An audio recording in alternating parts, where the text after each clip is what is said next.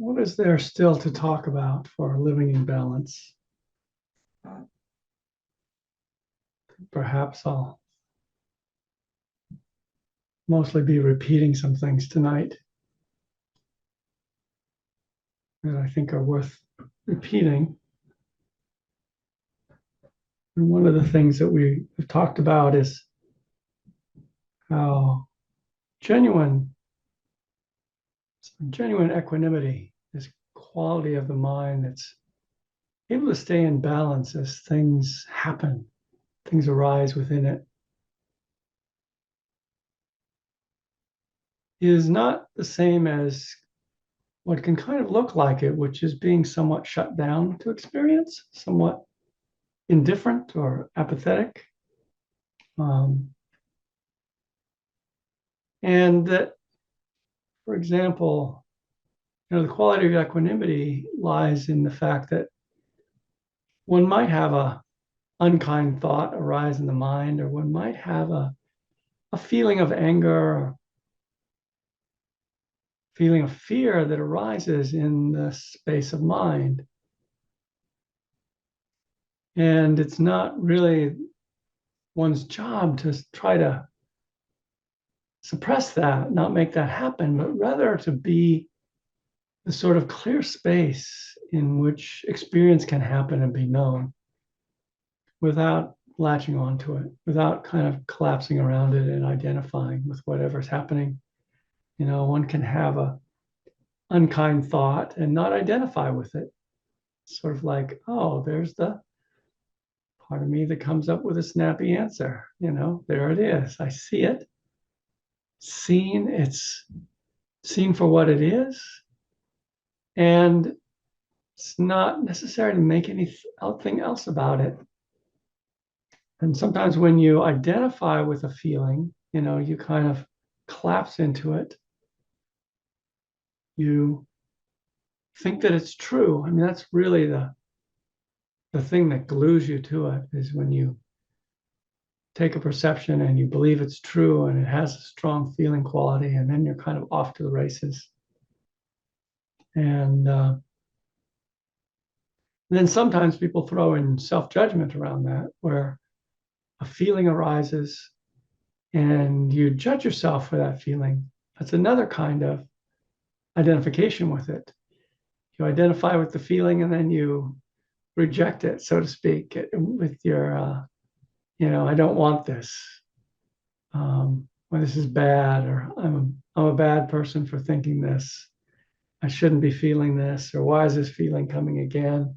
So there's all sorts of ways that we react to our reactivity, And so after, sort of having one thing that's suffering happening, we suffer in a different way because of our judgment about it. So back to just balance. Balance is that quality which is able to let whatever arises arise, and to see it clearly, and to have that be all that happens, so to speak. To just see it clearly and let it take care of itself. Normally, things will just kind of arise and pass of their own. And they do that better if we don't hold on to them, if we don't identify with them, if we don't think that that's me, that's mine. I have to, create an identity around it. None of that is necessary. We're really just kind of the open-hearted space in which life is happening. And there's life in that, rather than kind of a feeling of like trying to be peaceful, trying to be calm. The genuine thing is just, being open to whatever arises. So we've talked about some phrases that can remind us of that quality. And one of them that I've kind of offered is, I really want to be there for this. I'm one that I particularly like to use when, It's probably truer in the moment that I don't want to be there with this. But there's somehow, if one says it and then looks for the place in the heart where it's true, there's actually something in us that is capable of being with whatever arises, even if it seems like a catastrophe, even if it seems like a disaster, a health crisis, a relationship crisis, a business crisis, a monetary crisis. Um, Life is always happening and life is always unpredictable, and things are always happening differently than we expect. And life is a mixture of a lot of things, some of which are not very pleasant or easy. We spoke about the four worldly winds, and I think the negative side of that is particularly tempting for us to lose our balance, but also the positive side, the way that pleasure and pain can lead us to an imbalance. Most things that people get addicted to, whether it's a substance or an activity, um, contains pleasure. And so we start chasing that. We start wanting that over and over, or thinking somehow we can accumulate it, or it will change our mood if we have it. And unfortunately, the shadow side of chasing pleasure is often the pleasure doesn't really last, and it um, leaves you back where you were. Sometimes it leaves you with a deficit of dopamine, that neurotransmitter that pleasure stimulates, and you actually feel downright bad afterwards. Um, so while we can enjoy the things that are enjoyable, it's different if we're chasing after them, if they imbalance us. Similarly with pain, pain is a tough one. Physical pain, it's a tough thing to be with. Um, I was noticing it tonight. I have some pain in my right leg, and it comes from sitting. Probably comes from sitting too much. Being a psychotherapist, and for whatever reason, I've just found a spot right here that I'm not feeling it. So I'm going to hang out here for a while. But pain. It's very easy for pain to agitate the mind. It's very easy for it to be, um, start up all sorts of thoughts, or just aversion, just garden variety aversion, not liking it.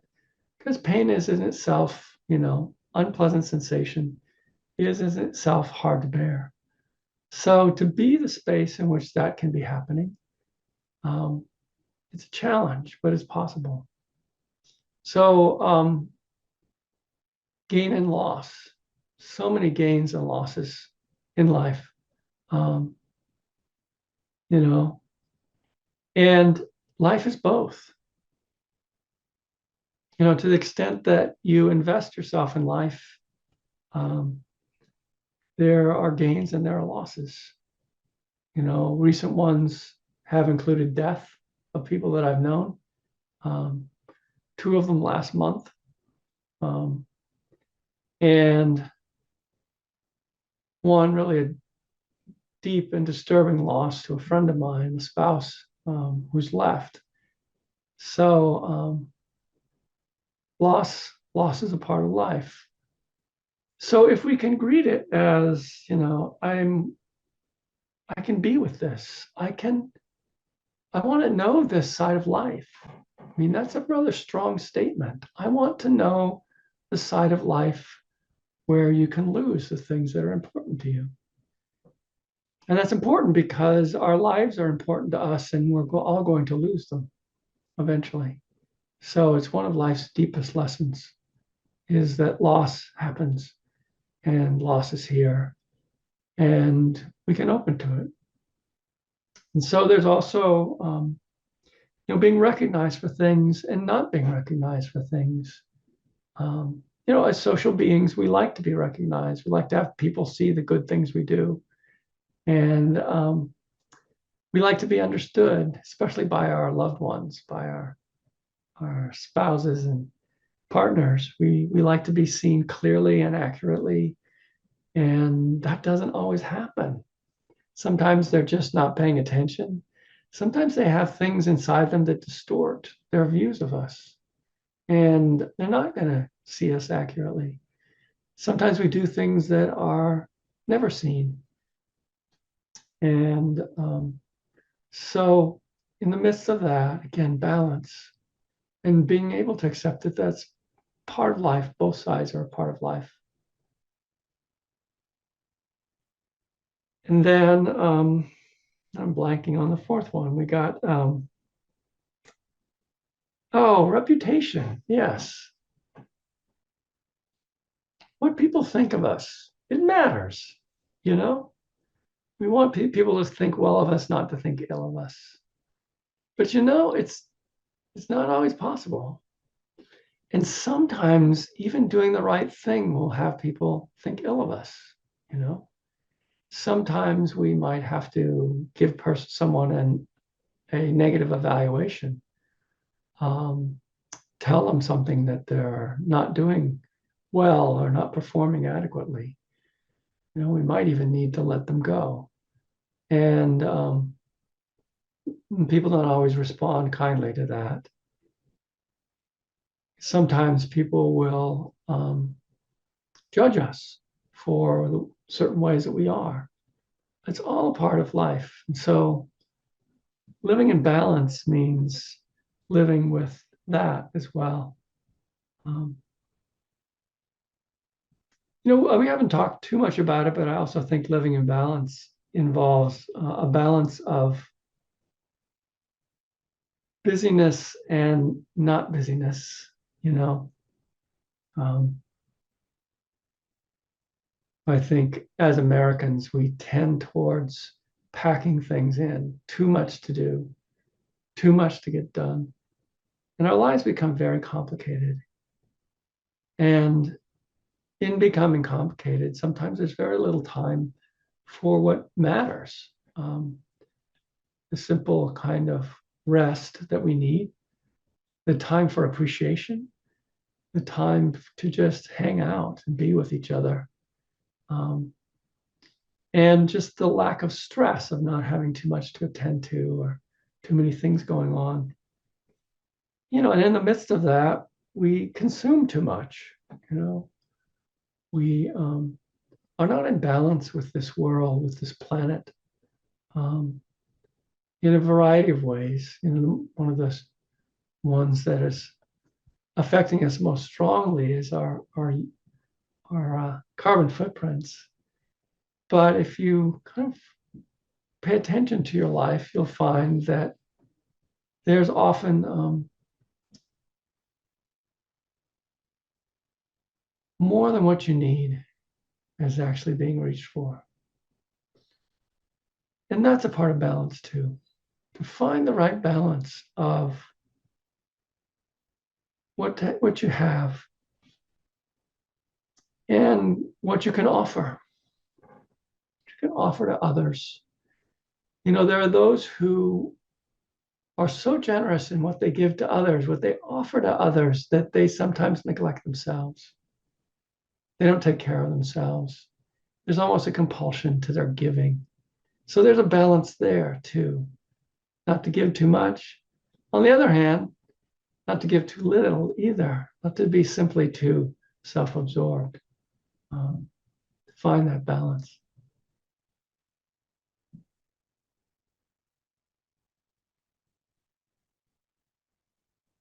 Some other things just that I've talked about that I'll repeat and I've found so helpful is for equanimity, it's okay not to have a solution. It's okay not to know sometimes how to make something work out. Our egos kind of grade themselves by how competent they are at making everything work out. And in that, there's always this sort of shadow of shame that follows us around because there are things that don't work out and things we don't know what to do about. And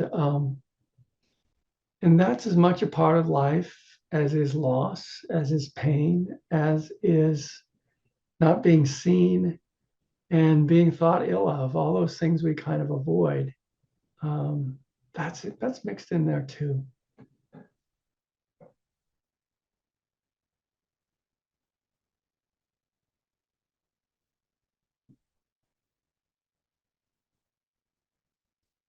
And it also helps if we trust our capacity to be with things.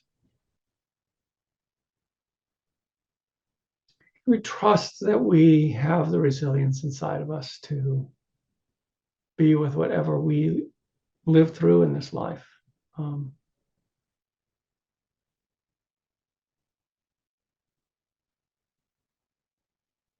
Trying to think of just other things as I sort of comb my memory for places we've gone.